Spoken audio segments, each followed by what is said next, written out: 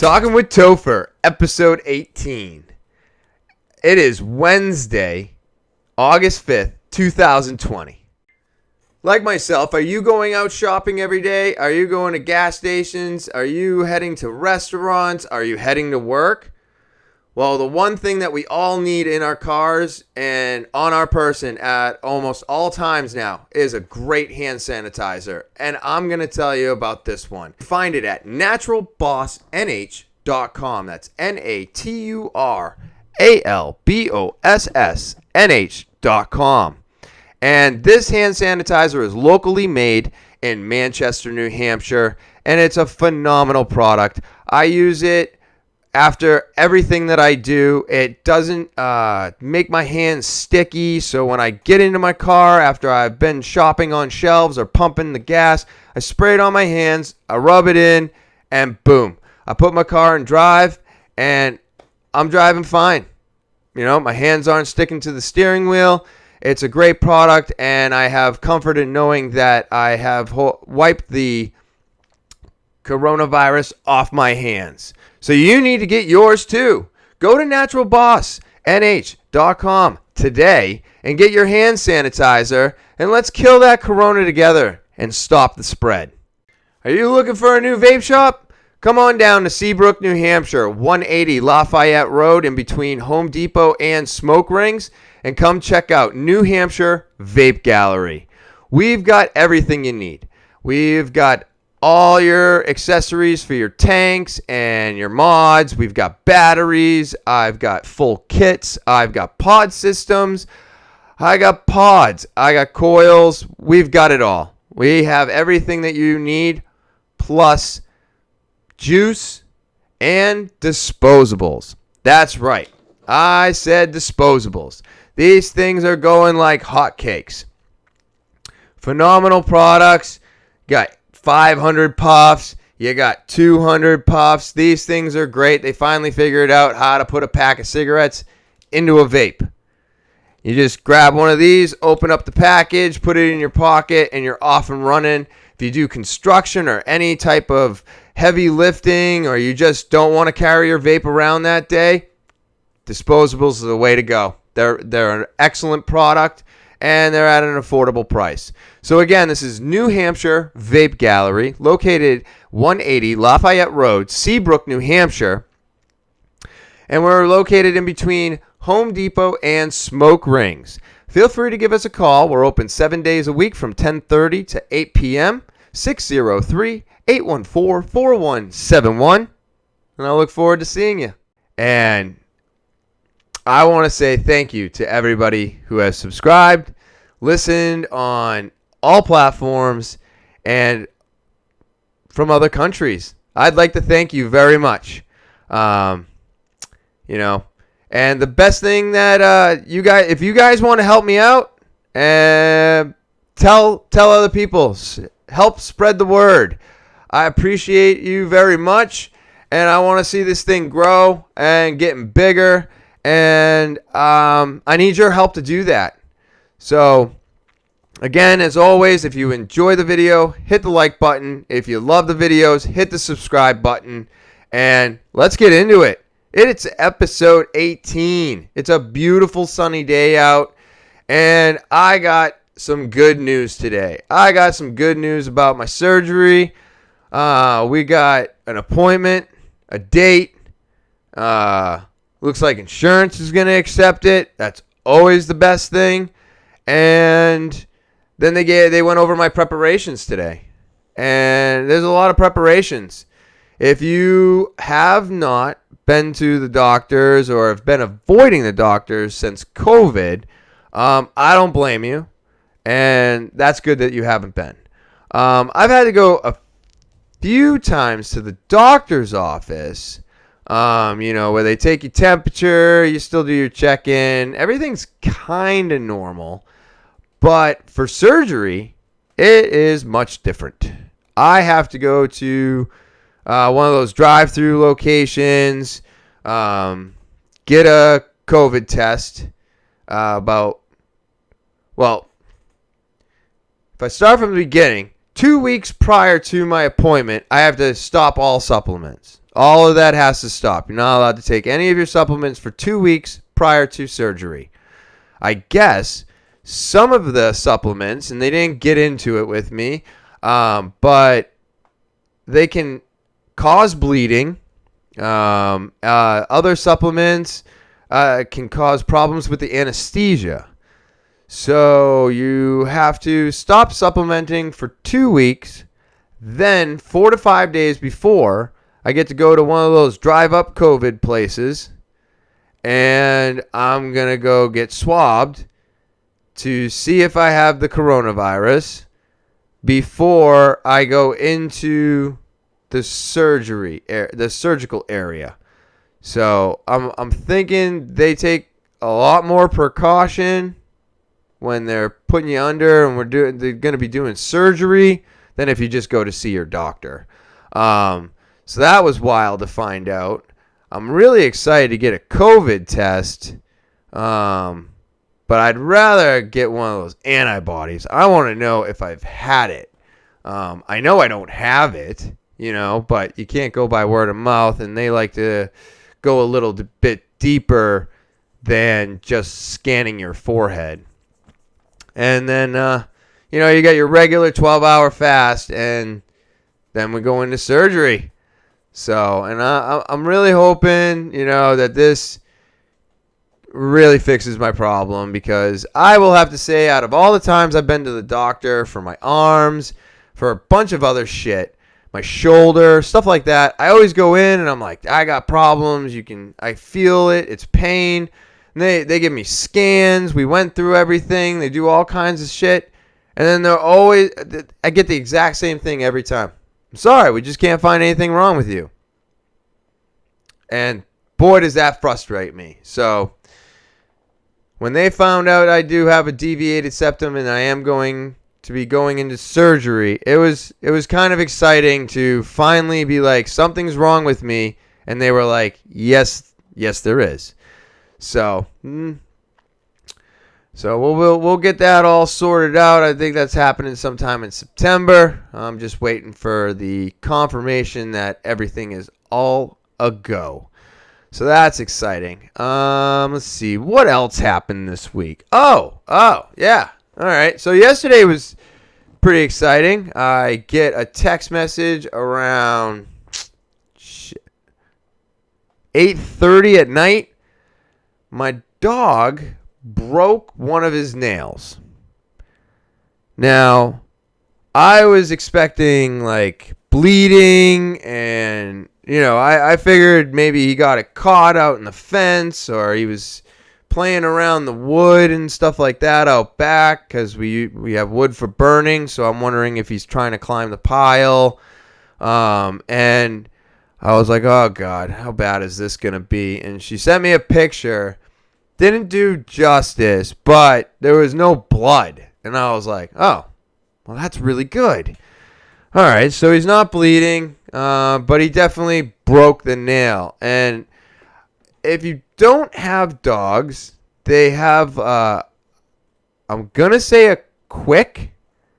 I said quip last night, and I'm pretty sure that's a toothbrush. So I think I am correct when I say quick. And the nail, broke down, and his quip went down with the nail, but then the nail busted, and the quip kind of broke underneath. But the way the nail broke, it's almost like a Chinese finger trap now. You can't push the nail back up because it starts pushing into the quick. And I have a fear of cutting him further or having him freak out. And he's a dog. He doesn't really understand what's going on, so I don't want to push on his nail and have him freak out and bite me, because he doesn't want to be hurt. So he's not biting me because he's angry with me. He's biting me because he would be getting nervous and whatever. He just wants to get out of that situation so that his paw's not hurting. So I have these pedometers on the dog's neck. It's a great product. I love it. It's called oh shit. What the hell is it called? Whistle. It's called Whistle. This is not an ad, but it's pretty cool. It allows me to know when they're sleep, how much they sleep, they're running, and stuff like that, making sure they're getting enough exercise every day. And it's a cool little product, and I got it for free because if at the time there was some thing going on where if you agreed to get it, set it up, and always leave it on, then you got the device for nothing. Now, they have a better device that has the GPS in it, and the GPS, I think that one's like $80. But I went with the freebie. I feel like if I just keep my fence locked, well, I'll keep the dogs in the yard. So I don't really need the GPS part. But anyways, back to the Whistle. It did an update a couple months ago, and it actually tells you if their licking increases. And so Archer is he's a very he loves the lick. He loves it. But if I have this feeling like if I was to buy him a lick pad, he wouldn't use it. He'll just use the rug anyways. So we're always yelling at him for licking, and the thing's always telling me his lickings increase, his lickings decrease. He's just always been one of those dogs. Seems like whenever he gets nervous, he starts licking like crazy. So I get these notifications all the time. Well, I never get them for Barry. And so he broke his nail, and he's been licking it. And then I was getting ready to set all this up today, and I get a notification. Barry's licking his increase. And I was like, oh no. So I run downstairs. Sure as shit, he's sitting there lapping on his busted nail. And so I gauzed it up. I put gauze all over his paw. I went under and above that it's almost like where their thumb should be. That little claw up there. And by their ankle, I guess. And I tied it all up, and then I wrapped it in tape. And sure as shit, about 30 minutes went by, and the thing's like, Barry's licking is decreased. So it's just a really cool product. If it didn't tell me that, I would have just been upstairs talking into the microphone, and he would have been licking and licking and licking away. So I sprayed it with some what's that stuff in the brown bottle there? Hydro. I don't remember what it is, but it's in the brown bottle. It makes the fizzing whenever it hits your cut. It tends to sting a little bit less than alcohol, and all I have is witch hazel, and I just didn't feel like doing that to him. I figured that would have been a little extreme.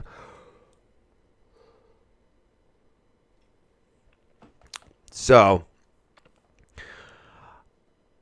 got to figure out what to do about that. I'm thinking, instead of wrapping it in gauze and tape almost every single day, I was thinking like a rain boot. I was thinking about getting a package of those rain boots, and then I could just clean it and then slip a rain boot on it and then tie it off and then go about it that way. If anybody has any thoughts on that, let me know. I've only had 2 dogs, and Archer never broke any of his nails, just everything else around the house. So just trying to figure out if I should chop the extra nail off, or I'm just not sure. I am going to look up some stuff and do some investigating on my own, of course, but just figured I'd throw that out there. It was just really crazy the way that the nail broke around the quick, and it just, you press on it and he's in pain. So, oh boy, dogs are fun. I'm sure if you have kids, I'm not telling you anything new. That's a lot more to deal with than a couple dogs. So, I'm not saying that I'm definitely not saying that having 2 dogs and a broken nail and stuff like that is way worse than having kids. I'm definitely just stating that all I have is dogs, so I would expect having kids to be way more difficult. But for some reason, I feel like it would be easier to put a Band-Aid on a kid. No, I guess not. If they're young enough, they don't understand either. They're probably trying to... I don't feel like they're like trying to tear at the Band-Aid. They're not sitting there licking their wounds. But I could be wrong.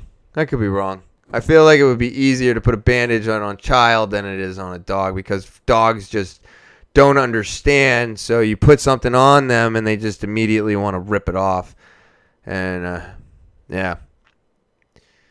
But see what else is going on. This week was very busy at the shop. And now New Hampshire is 21 plus. Yeah. Really funny because there was no notification. We got an email yesterday at 5 o'clock in the afternoon from Commission's office. I think that's where that stuff comes from. Anyways, it was from the state of New Hampshire. And they were like, yeah, so just to let everybody know, New Hampshire is going 21 as of July 30th. I'm like, what? So we all got the letter at, like I said, 5 o'clock in the afternoon yesterday, which was August 4th, not 3rd, August 4th. So, and they were just, and right in it, it says July 30th, New Hampshire will be going 21. Now, if you don't know anything about this, one of the things that happened back in February was that the age requirement went 21 federally.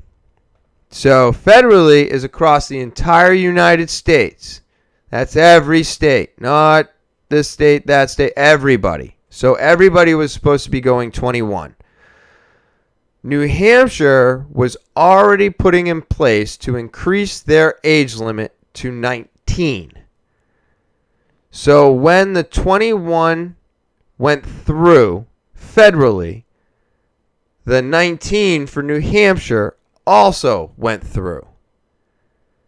And because we were implementing 19 plus in New Hampshire, when we talked to the state, they said you can follow New Hampshire state law, but once federal law gets put into place, we'll have to follow that.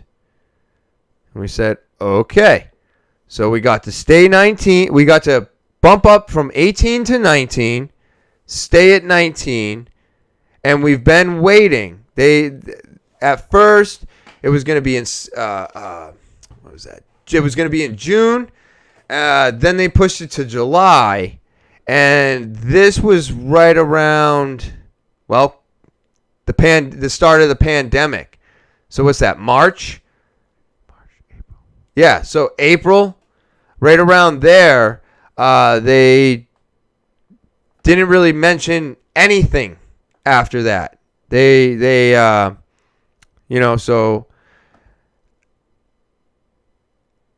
I kind of forgot about it. I was like, oh yeah, we're 19. I wonder if they're ever gonna implement the 21. And lo and behold, they did. But I don't really agree with the way that they did it. How do you send out an email to everybody that says that you need to bump your age up to 21 on the 30th of July, but you didn't send out the email till August 4th, 5 p.m. So we ran the rest of the day as 19, and now we are officially 21 plus. So it's pretty crazy. We'll see what's next. I mean, they're trying a flavor ban everywhere right now. California is going through a flavor ban that they're trying to implement, which will also get rid of menthol cigarettes, just like Massachusetts. So I don't know what that means, but I'm pretty sure I think I know what it means. It means that Massachusetts is basically is set the example for what they believe needs to be taken off the market to keep the younger generation from vaping. And I think I said this once already, but I don't care. I'm going to say it again. Just give it to the vape shops. We're halfway there. If you take it out of the convenience stores, take it out of the gas stations, take it out of the places where anybody is allowed in. If you take these products out of those places, then it is that much harder to attract the kids. Because now I'm 21. My shop is 21 plus. So now I have to card everybody coming in just like I did before, except now it's 3 years more. So you killed 18, you killed 19, and you went straight to 21. So that's 4 years of a gap. I think this is that will work. I've always said this. I said we need to go 21 and put it in and get it out of the convenience stores and put it into the vape shops. I think it's super important to do that. Because if you don't have it in a place where the kids can see it, then guess what? They're probably not going to want it as much because it's not in their view. They have to go out of their way. They have to walk into the store, and then the person at the counter is going to card them. And if they're not carding people, then they're going to get caught eventually. So, and it should be more than just a fine at that point. If you're not following the laws, then you don't get to sell your product at all. It's just my thoughts. I don't understand what's so hard about it. I mean, these gas stations and all these other places sell shit anyways. If you're buying juice from a gas station and you paid $5, guess what? You got exactly what you purchased. Shit juice. Garbage. Burns out your coils. Like, a lot of the stuff that the gas stations and the convenience stores carry is a lot of the stuff I would never put in my store. It's not a high quality product. It's a quick flip and a quick buck. So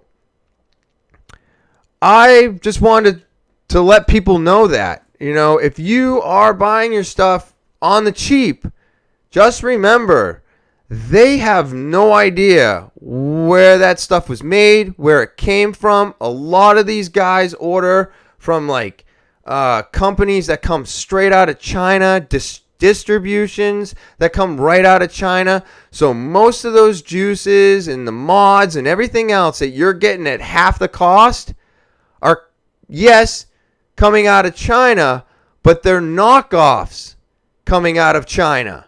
So you might be able to get a mod for $20 at this gas station or convenience store, and then you see the same exact one on my shelf, and you see that it's double the price. Well, it's double the price because I got it from the actual manufacturer. And a lot of these companies out there, especially where if you have your own business and stuff like that, your own convenience stores, they order from different distributions. So you don't always know where this stuff is coming from. And that's why I believe that we should take it out of those places so that, one, we can get it out of the kids' faces, and two, Let's get it out of the convenience store hands where, things have gone wrong. People have bought really, really bad stuff. I would like to see that change. I think we're on the right path. I do not believe that we should be banning flavors. I don't. Flavors keep people off of cigarettes. Nobody wants the taste of a cigarette after you've been vaping on cotton candy. So if you get rid of flavors, all you leave us with is tobacco flavored. I don't want to ever taste that again. So I'm not going back to cigarettes. That's for goddamn sure. These people have another thing coming. And to basically push everybody in that direction is absolutely ridiculous. We all know it's a horrible product. We all know that it kills you. Almost guaranteed.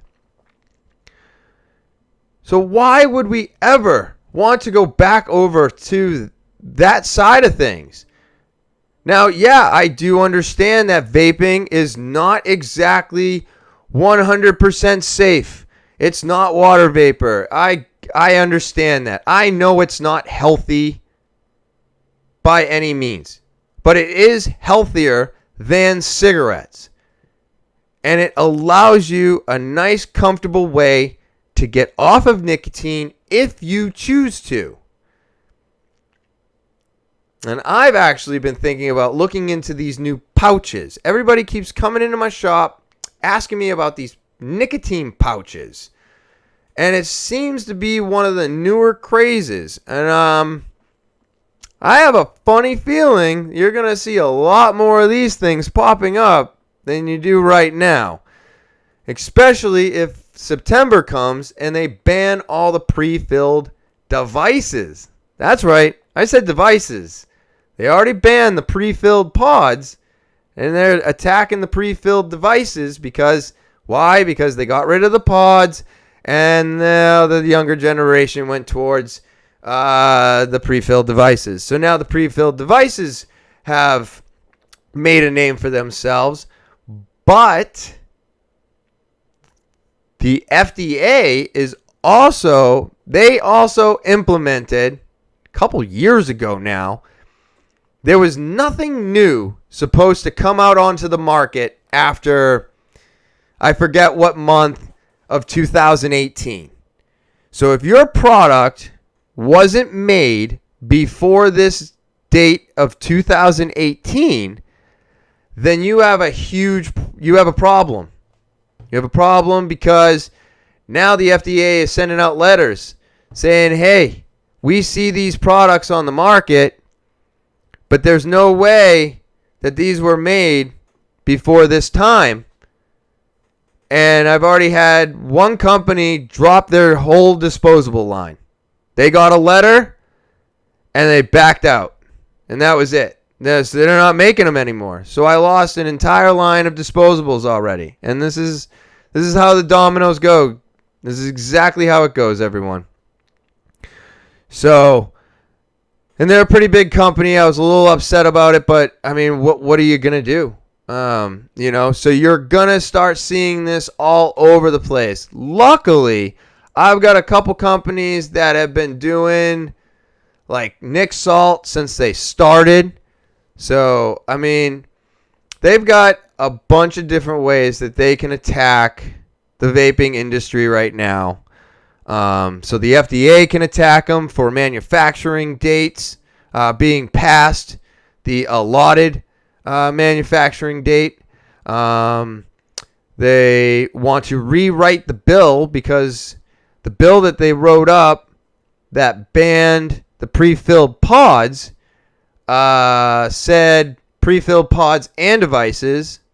Then when they passed the bill, it only said pre-filled pods.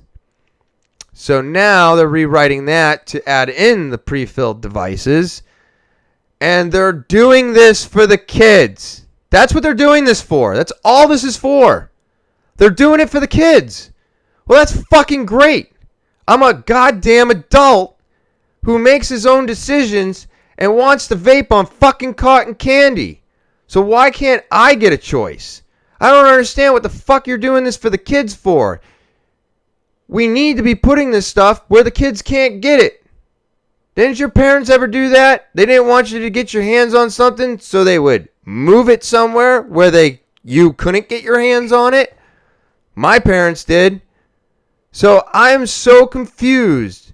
Why do we keep saying that this is for the kids? It's for the kids. Corona. No, I'm just kidding. Why do they keep doing this? How is it helping the kids? You want to know what would help the kids? How about telling all the fucking adults out there that keep buying for their kids to stop doing that to them? How about that? Because I will tell you right now, I have lots of customers that come into my store. They're like, they got a list. They got their phone out. They have no idea what they're doing except for the fact that the kids sent them to the store, gave them a list, and they go, "You have these?" Now, me being as the store manager, as a person who needs to make sales, I can't turn that person away because I'm making an assumption at that point. I personally could tell you that, yeah, I know exactly what they're doing, but I can't stop that person. That person did not say that they were buying it for their kids. They didn't tell me anything. They didn't give me any information. They usually just walk in, show me their phone or their list, and they say, "Do you have this?" And so I take a look. I see if I got it, and if I got it, I sell it to them. But I'm telling you right now, if you are, that is definitely one way to keep it away from the kids. You know, you don't want, you shouldn't be buying your kids that stuff anyways. Go get them something else. But I just don't understand why they keep saying that this is for the kids. It's for the kids. If we could just 21, only in vape shops, and that's it. 21, only in vape shops. You don't have to do a flavor ban. You don't have to do anything. Because if you only put it in the vape shops, now there's only so many places that you have to keep your eyes on, right? Where if you have convenience stores all throughout, and you have gas stations all everywhere, and then you have vape shops. So now you've got 3 different types of stores, which now the number is hundreds of thousands that the authorities have to keep their eyes on and see if, they're selling underage and blah, blah, blah. But if it's specific vape shops, I think that's going to bring down the numbers. Well, now it will. I mean, most vape shops have gone under. 1, because of Corona, and 2, because of all the flavor bans and everything else. So you're putting people out of work as well. And instead of putting people out of work, let's just put it in vape shops, right? 21 plus, and that's it. And now you got a list of all your vape shops, and that's okay. Well, the cop, if I think a minor is being sold to, well, I've only got to worry about 30 vape shops. So I just got to go around into 30 vape shops, and I got to put my feelers out there, and we'll figure out which one's selling the minors, and we can nip it in the butt right away. But you can't do that with hundreds of thousands of locations, or if you've got one little area and you got friggin' 100 stores in there that sell vape products, they're never going to be able to dwindle it down to just one. And if they do, it's going to take weeks, months. Who the hell knows? I don't know how an investigation goes. So that's what's going on. New Hampshire has finally gone 21 because we finally need our federal funding. And that's my thoughts of where we should go so that we don't have to flavor ban. And you don't need to eliminate menthol cigarettes. This is the craziest thing I've ever heard in my life. I do not know what's going on, but here's my theory, my conspiracy theory. And I don't even know if this works. People might think I'm crazy, but it seems like Massachusetts is paving the way to be the very first state to completely and absolutely annihilate smoking. Period. So all nicotine products. And it's just my theory. It's my thoughts. I truthfully do believe it because of the simple fact that they are the very first state to eliminate cigarettes. They didn't eliminate them all. They only got rid of menthol, but they actually banned cigarettes. They were like, if we're banning menthol then we're banning cigarettes.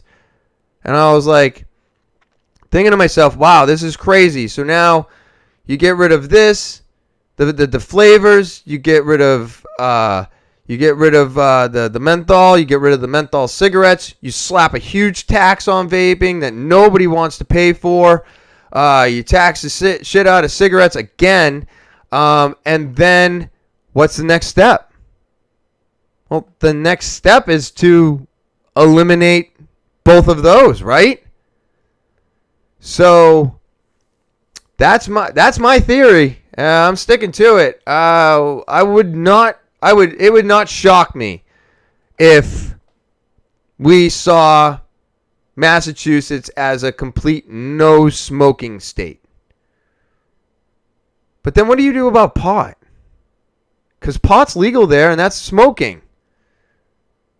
But I guess this would only be for nicotine, right? That makes sense. So, I don't know. It's getting crazy, and obviously New Hampshire needed their federal funding finally. So, but that's the news in the vape world. Oh man, you ever have those days where you're not feeling it? You know what I mean? I'm having one of those days. A lot of stuff going on. I got a lot of preparing to do. And I'm just running through this right now.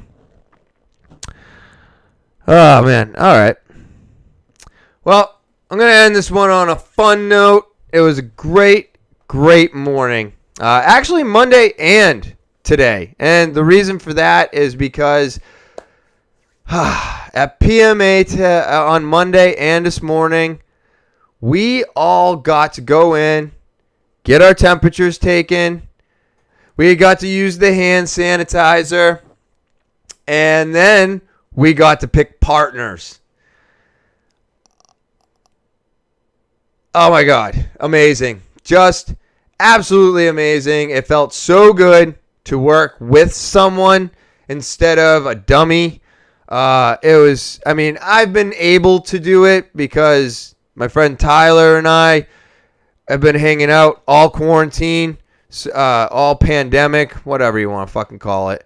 And we practice here at my house. So because of that, when they started letting people if you came in with somebody, you could work with them. That started a couple weeks ago. So today was my first day working with someone other than Tyler. And it was super exciting. It was great. I'm so happy to be finally seeing and feeling a little bit more normality in I guess my jiu-jitsu, but in our classes in general. But this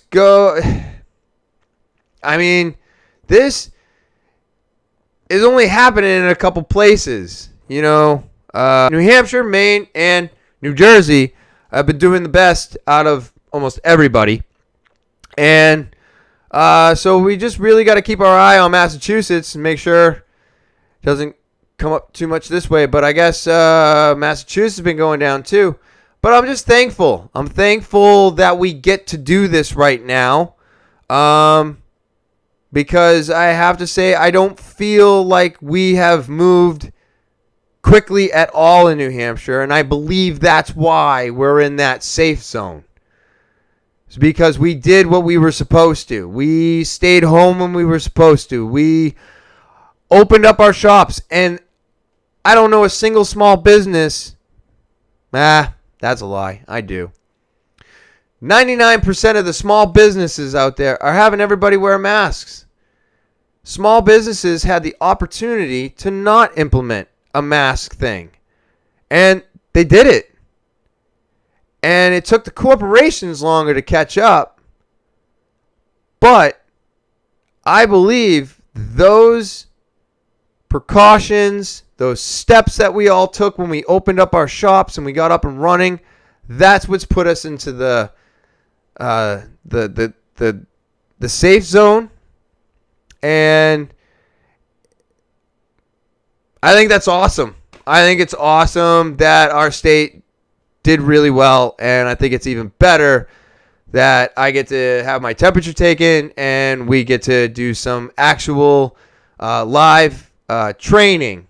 Not randori, that's different. But live training, working with a person again, and it was really nice because I feel like when I'm working with someone, whether they're above me or below me, it always benefits me more to work with someone instead of just a dummy, you know? At least you get to conversate, you get to talk, you get to have them move your position if you're a little off or vice versa. And it's just a great learning tool. And I'm very happy that we are doing it again.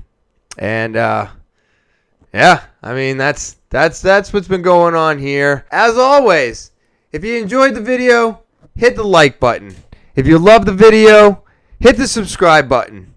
And tell your friends, spread the word. That's what helps float this thing. I appreciate all of you. And I'll talk to you later.